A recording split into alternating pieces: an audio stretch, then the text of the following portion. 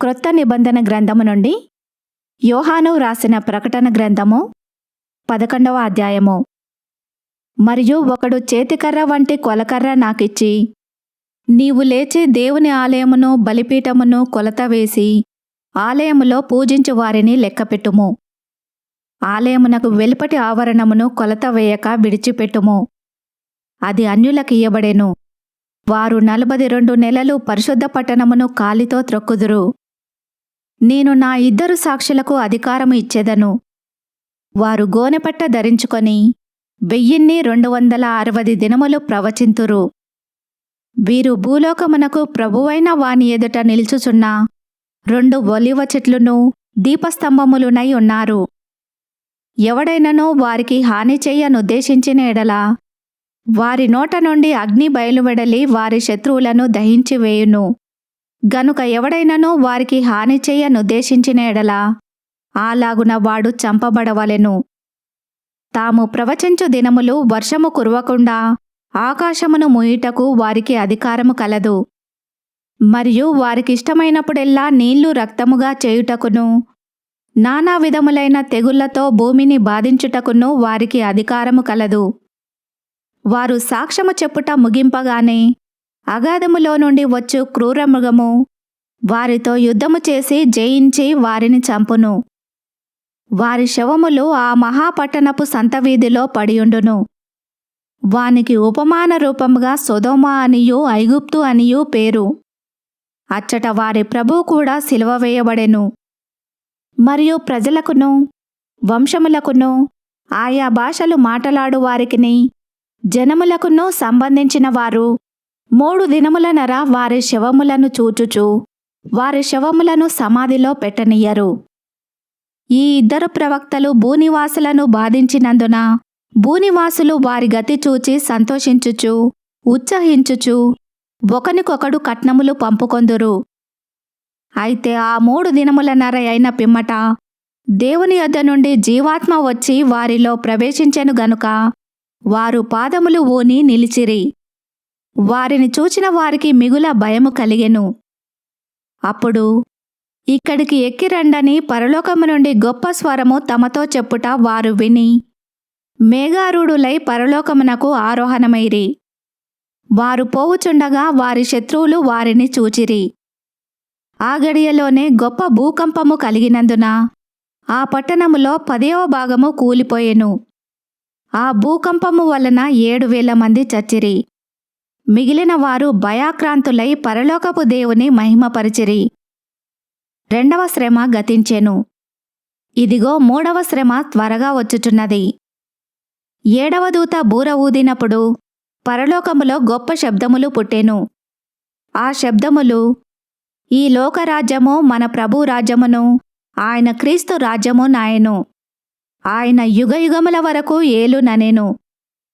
అంతటా దేవుని ఎదుట సింహాసనాసీనులగు ఆ 24 పెద్దలు సాష్టాంగపడి దేవునికి నమస్కారము చేసి, వర్తమాన భూతకాలములలో ఉండు దేవుడవైన ప్రభువా, సర్వాధికారి, నీవు నీ మహాబలమును స్వీకరించి ఏలుచున్నావు గనుక మేము నీకు కృతజ్ఞతాస్తుతులు చెల్లించుచున్నాము. జనములు కోపగించినందున నీకు కోపము వచ్చెను. మృతులు తీర్పు పొందుటకును నీ దాసులగు ప్రవక్తలకును పరిశుద్ధులకును నీ నామమునకు భయపడు వారికిని తగిన ఫలమునిచ్చుటకును గొప్పవారేమి కొద్దివారేమి భూమిని నశింపజేయు వారిని నశింపజేయుటకును సమయము వచ్చియున్నదని చెప్పిరి. మరియు పరలోకమందు దేవుని ఆలయము తెరవబడగా దేవుని నిబంధన మందసము ఆయన ఆలయములో కనబడెను. అప్పుడు మెరుపులును ధ్వనులును ఉరుములును భూకంపమును గొప్ప వడగండ్లును పుట్టెను. 12వ అధ్యాయము. అప్పుడు పరలోకమందు ఒక గొప్ప సూచన కనబడెను. అదేదనగా సూర్యుని ధరించుకొనిన ఒక స్త్రీ, ఆమె పాదముల క్రింద చంద్రుడును శిరస్సు మీద 12 నక్షత్రముల కిరీటమును ఉండెను. ఆమె గర్భిణి అయి ప్రసవ వేదన పడుచు ఆ నొప్పులకు కేకలు వేయుచుండెను. అంతటా పరలోకమందు ఇంకొక సూచన కనబడెను. ఇదిగో ఎర్రని మహా ఘటసర్పము. దానికి 7 తలలును 10 కొమ్ములును ఉండెను. దాని తలల మీద 7 కిరీటములుండెను. దాని తోక ఆకాశ నక్షత్రములలో 3వ భాగము నీడ్చి వాటిని భూమి మీద పడవేసెను.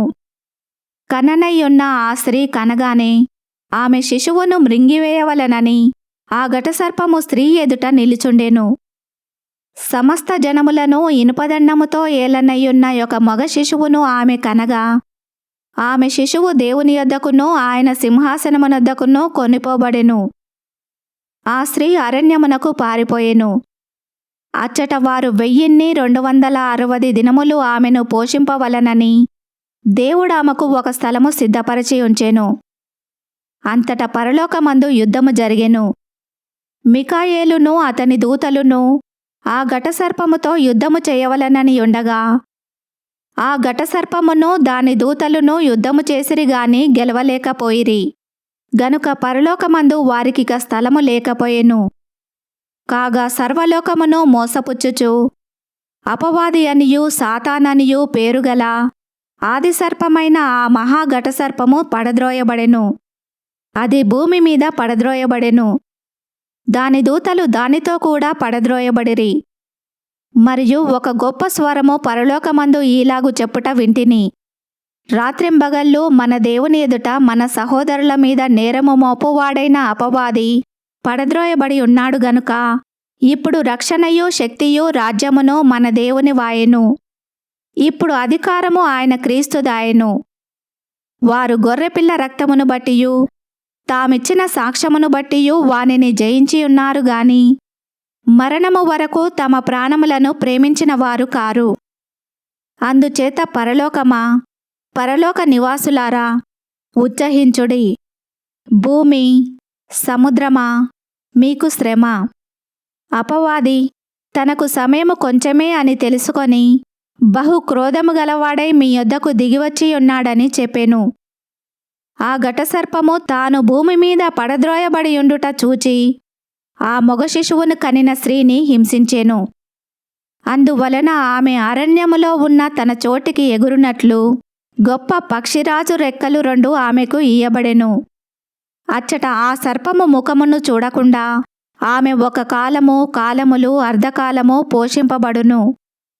కావున ఆ స్త్రీ ప్రవాహమునకు కొట్టుకొని పోవలనని ఆ సర్పము తన నోట నుండి నీళ్లు నదీ ప్రవాహముగా ఆమె వెనుక వెళ్ళగ్రక్కెను గాని భూమి ఆ స్త్రీకి సహకారి అయి తన నోరు తెరిచి ఆ ఘటసర్పము తన నోట నుండి గ్రక్కిన ప్రవాహమును మృంగివేసెను. అందుచేత ఆ ఘటసర్పము ఆగ్రహము తెచ్చుకొని దేవుని ఆజ్ఞలు గైకొనుచు యేసును గూర్చి సాక్ష్యమిచ్చుచూ ఉన్నవారైన ఆమె సంతానములో శేషించిన వారితో యుద్ధము చేయుటకై బయలువెడలి సముద్ర తీరమున నిలిచెను. ఈ వాక్యమును విన్న మిమ్ములందరినీ దేవుడు దీవించునుగాక. ఆమెన్.